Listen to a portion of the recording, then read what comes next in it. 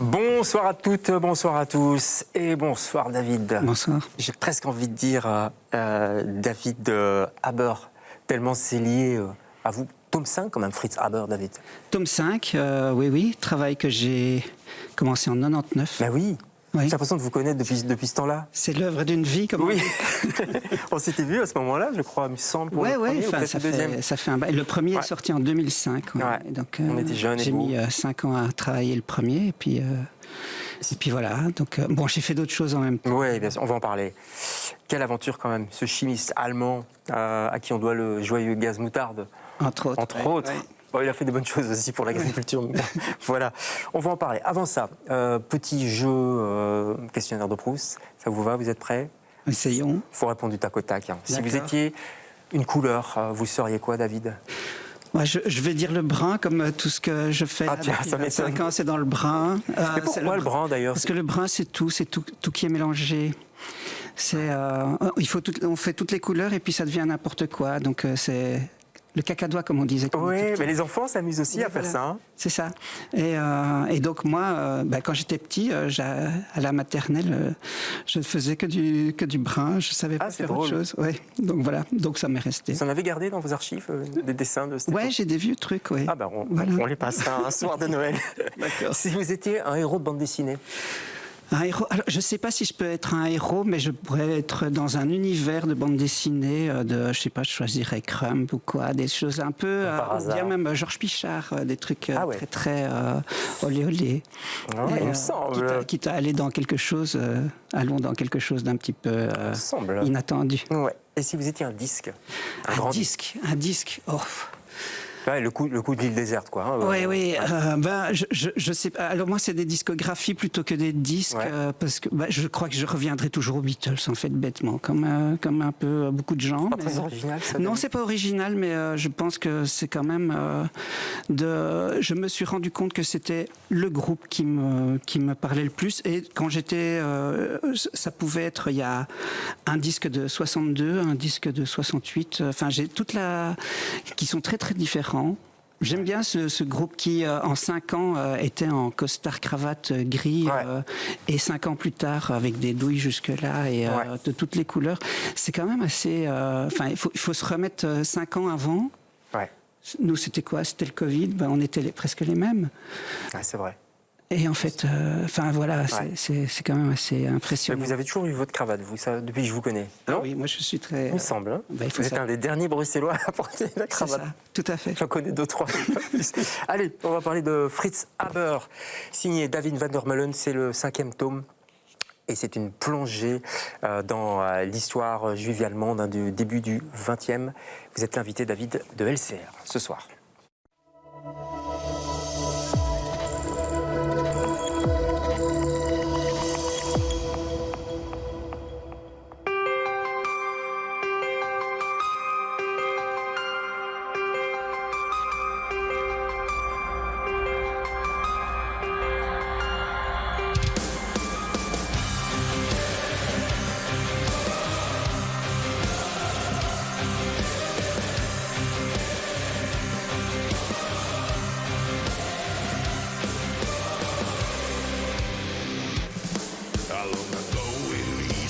Russia, young men with great ambitions rise. So who can tell me, who can say for sure which one will win the Nobel Prize? It was a golden age for science. The Kaiserreich would hold the key. And as the conflict came and tensions rose, the manifest of the 93. Haberbosch, the great alliance, where's the contradiction? Fed the world by ways of science until the Lord of Saint. Father of toxic gas and chemical warfare, his creation has been revealed. The no man's land, a poisonous nightmare, under the mist of the battlefield. Oula, ouais, voilà, vous pouvez baisser le son. Ça vous étonne. Hein.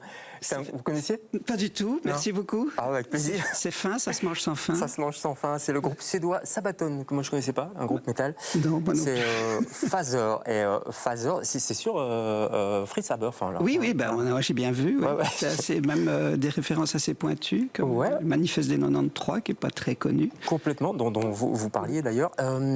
Pourquoi Fritz Haber, ce chimiste allemand qui est né dans 1864, dans cette 68, ou 68, ouais.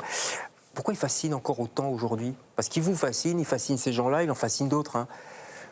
Oui, parce que c'est la transgression de l'éthique scientifique en fait, pour l'essentiel en fait. C'est vraiment le scientifique qui a donné tout son art, toute sa science à la guerre. Et qui a été le premier en tout cas, à aller au front, voir les résultats de ses expériences. C'est un peu comme si Oppenheimer allait dans le B-52 et voir qu'est-ce que ça donnait. Quoi. C'est complètement... il était quand même loin. Quoi. Ah oui, oui. Et et son entourage en a un petit peu souffert, notamment sa femme, etc. Enfin, ça part un peu dans tous les sens. C'est un personnage qui a aussi fait que des mauvais choix. Ouais. Voilà, donc c'est pour ça qu'il est assez fascinant aussi. C'est un personnage noir, on peut dire ça? Oui, tout à fait. Oui, oui, c'est un personnage assez triste. Oui, qui est aussi dans un milieu. Enfin, ce que j'ai découvert en travaillant avec lui, c'est que Fritz Haber n'était pas une exception. C'était toute une génération qui subissait quand même, comme j'ai appelé mon premier tome, un esprit du temps. C'est vraiment ça. C'est ça qui fait que ça m'a intéressé. En fait, c'est que c'est toute cette génération juive allemande dans les années 1880-1930. C'est quand même assez étonnant de voir tous les points communs et tout.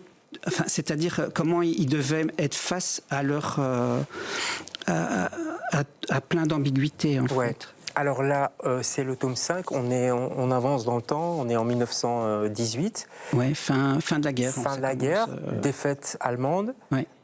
C'est l'heure des règlements de compte en fait, quoi. On se regarde, on se dit qui est responsable. C'est ça.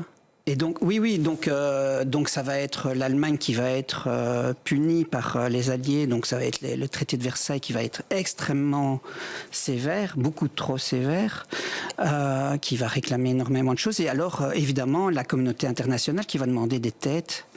Et notamment, effectivement, à un moment, Fritz Haber va se retrouver sur les listes des criminels de guerre, comme bien d'autres. Parce qu'il faut des têtes, en fait, c'est ça. Il faut des responsables. Oui. Et parmi les responsables, il y a beaucoup de juifs. C'est ça. Il y a une espèce de montée d'antisémitisme. Oui, alors c'est horrible parce que c'est aussi évidemment la communauté internationale après la guerre qui va pointer quelques juifs, mais aussi pendant la guerre en Allemagne, dans leur propre camp, les Allemands pointaient aussi les juifs en disant ils ne vont pas assez au front, ils restent à l'arrière. Donc ils s'en prenaient dans tous les sens en fait. Et très ambigu Fritz Haber par rapport à sa judaïté, parce je crois qu'il est né en Pologne, c'est ça Oui, il est né enfin, c'était l'Allemagne, c'est Breslau. C'est ça, de famille juive. Oui, tout à fait. Il est juif et sa première femme, enfin ses deux femmes vont être juives aussi. Il va évoluer avec. Il va devenir le directeur du Kaiser Wilhelm Institute, qui est un peu le centre mondial de la science à Berlin. La moitié de ses savants sont juifs. Et il va y avoir près d'une trentaine de prix Nobel, dont la plupart sont juifs. Donc, donc il va évoluer en même temps avec beaucoup de juifs et il va montrer des signes de la communauté à tous ces personnages-là. Et en même temps, il va essayer de se faire passer pour un Prussien auprès des Allemands bontins. Ouais, donc il sent quand même le vent tourner. Enfin, en fait, non. Il va pas sentir. Non, il est la tête dans le guidon. Il assume, quoi. Ouais, c'est ça. Oui. Ouais. Il devient vraiment allemand plus qu'allemand. Mais c'est ce que beaucoup de grandes personnalités juives allemandes vont connaître. Oui, on les voit dans votre bande dessinée qui est vraiment très, très érudite, quoi. Albert Einstein. notamment, évidemment, Chaim Weizmann, oui. Qui va devenir le premier président d'Israël. En fait. C'est ça, Walter Rathenau qui va devenir ministre. Oui.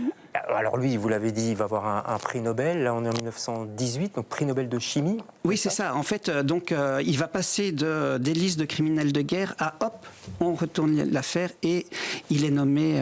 Comment ça se fait ça, David? Ça reste un mystère, en fait. Ça reste encore un mystère. Bon, il faut dire que son invention. Alors évidemment, il n'a pas été prix Nobel pour ses gaz moutardes, ça, on s'en doute. Ouais.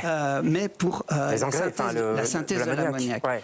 Qui est quand même une invention qui va vraiment pouvoir éradiquer toutes les famines mondiales, parce que c'est vraiment, on va pouvoir faire des ammoniacs de synthèse à grande échelle et ça va fertiliser les terres. Mais en même temps, c'est une invention qui a aussi son pendant noir, puisque on faisait aussi les munitions, les obus avec ça, et ça va permettre à l'Allemagne de pouvoir entrer en guerre, en fait, aussi. Complètement, ouais. Ce qui est fou, je trouve, c'est que par rapport à ce personnage, c'est qu'à la fois il a sauvé des vies de la famine et il en tue aussi. Enfin, vous voyez, c'est complètement assez dingue. C'est vraiment et tout son parcours est comme ça, très très ambigu, très ambivalent. Ouais. Ambigu, un peu flou aussi. Et vous allez voir la transition, c'est pour ça que vous faites des dessins un peu flous, les traits sont jamais nets. Oui. Qu'est-ce que vous vouliez montrer, justement? Je voulais montrer que la bande dessinée, enfin l'histoire est, que j'essaye d'avoir la vérité historique, mais cette vérité échappe de toute façon. Et donc, en traitant comme ça, avec une technique aquarellée qui est rehaussée avec de l'eau de javel, en fait, avec des pigments qui sont mordus et qui font que, toutes ces images sont un peu mordues et disparaissent dans ça donne un côté sépia, mais pas le sépia artificiel. Vous voyez, il y a un truc, il y a une profondeur, en fait. C'est ça. Et alors, en fait, si on regarde bien toute la série, au début, je suis très, très flou et plus on avance dans le temps, parce que l'histoire est chronologique, plus on devient précis, parce que justement, on a de plus en plus d'images et de documentation qui nous reviennent encore, et que ce temps est moins éloigné que les années 1880. Ouais. Avec chaque fois, c'est ça qui est passionnant, ça prend du temps de lire vos bandes dessinées, mais je mets du temps, donc je demande que vous mettez un peu de temps aussi. C'est pas un tourne-page comme ça. Voilà. Non, parce qu'il y a des notes en bas de page qui sont passionnantes. Vous refusez aussi les bulles qu'on peut trouver classiquement dans les bandes dessinées. Oui, c'est ça. Donc c'est une narration avec des vieux cartons de cinéma et des sous-titres de cinéma contemporain. Je voulais faire c'est les deux façons de narration, effectivement. Ouais. On voit là, si on peut montrer à la caméra, ça c'est vraiment c'est ce qu'on voyait au cinéma. Oui, je les ai vraiment pris d'un Murnau, je crois, et donc je les ai adaptés comme ça pour faire des textes, comme les cartons de cinéma. C'est pour ça que vous avez mis du temps à sortir le tome 5 ? J'ai mis un peu de temps, oui. Parce que ça prend du temps. Oui. Alors là, effectivement, c'est long. C'est mon record. Là, j'ai mis 12 ans quand même entre le 4 et le 5. Bon, il faut dire que j'ai fait d'autres choses. On va en parler, Oui, j'ai fait d'autres choses. J'ai pas chômé. Vous avez fait tellement, d'ailleurs. J'ai lu, ça je savais pas du tout, pourtant on se connaît un peu. Vous avez fait des strips de Schtroumpfs il y a très longtemps. C'est vrai, j'ai commencé ça. C'est une erreur de jeunesse ou non? Pas du tout. Il fallait un petit peu manger son pain. Voilà, c'est ça. Et donc j'ai fait des Schtroumpfs, des strips pour... Le Washington Post, c'est ça? Incroyable. Je suis journaliste, on enquête, voilà. Moi aussi je bosse. J'ai vu ça. Et puis alors on vous connaît aussi plus récemment pour Sapiens, évidemment. Ça c'est le best-seller d'Harari avec Daniel Cazeneuve, plusieurs tomes aussi. Oui, on a fait ça en 4 tomes et c'était un énorme projet qui fait 1000 pages, qui est vraiment l'adaptation, la transposition du texte Sapiens, et qui a été traduit en 42 langues, qui a fait le tour du monde. J'ai l'impression que vous aimez les défis quand même. Ah oui, mais c'est ça qui m'intéresse. Les trucs où tout le monde dirait non, moi j'y vais pas, c'est trop, la montagne est trop haute. Ah oui, moi je suis le premier à y aller. Oui, tout à fait. Vous savez pourquoi? Ça a toujours été comme ça? Parce que je connais pas, dans le métier, je connais pas la peur. Et mon copain Daniel Cazenave non plus. Ouais. Et on a peur de rien. Mais ça ne veut pas dire qu'on se prend pour mieux que d'autres. Hein. Non, je comprends, c'est un état d'esprit. Et là, vous allez travailler sur une bio d'Edgar Morin, c'est ça? Oui, je fais la bio intellectuelle d'Edgar. J'ai commencé avec lui et on va continuer sans lui, puisqu'il il avait 104 ans, donc ça va. Vous l'avez vu récemment? Oui, je l'avais vu en décembre ou novembre, oui. Et donc voilà, donc ça c'est un très très beau projet, puisque c'est une vie incroyable de quelqu'un qui a écrit 80 livres et que je dois résumer en un album. Ouais, encore un défi, encore une montagne à gravir, mais vous le ferez, j'en suis sûr. Ce sera aussi chez Dargaud là par contre. Dargaud et Le Seuil. Voilà, ici c'est Delcourt. Regardez bien la couverture et allez-y, c'est vraiment passionnant, je trouve. Comme tout, hein. En plus on peut lire un petit peu indépendamment des autres, quoi. Mais bon. Je pense. Oui, sans problème. Très rapidement, un coup de cœur. On change d'univers, Bazooka, en 2 mots, pourquoi? Ah oui, donc il y a le coffret Bazooka, parce que c'est un exploit d'édition. Ça a été fait par les éditions du Cendre, qui sont établies ici, chez nous, au Marolles, sur la place du jeu de balle. Donc la librairie L'Imaginaire, c'est là que sont les éditions du Cendre. Et ils ont repris ce groupe de graphistes des années 70. Ouais, 75, 79. Ils ont vraiment inventé le graphisme punk. On les a vus. C'est surtout le journal Libération qui leur a donné vraiment le plus bel écrin, parce qu'ils avaient un supplément qui s'appelait Regard moderne.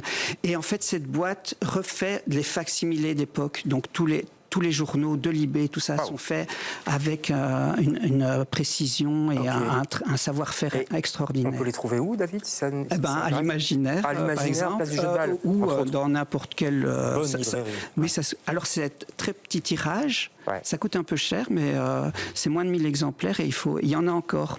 Donc il faut y aller. Allez-y aussi pour Fritz Haber, tome 5.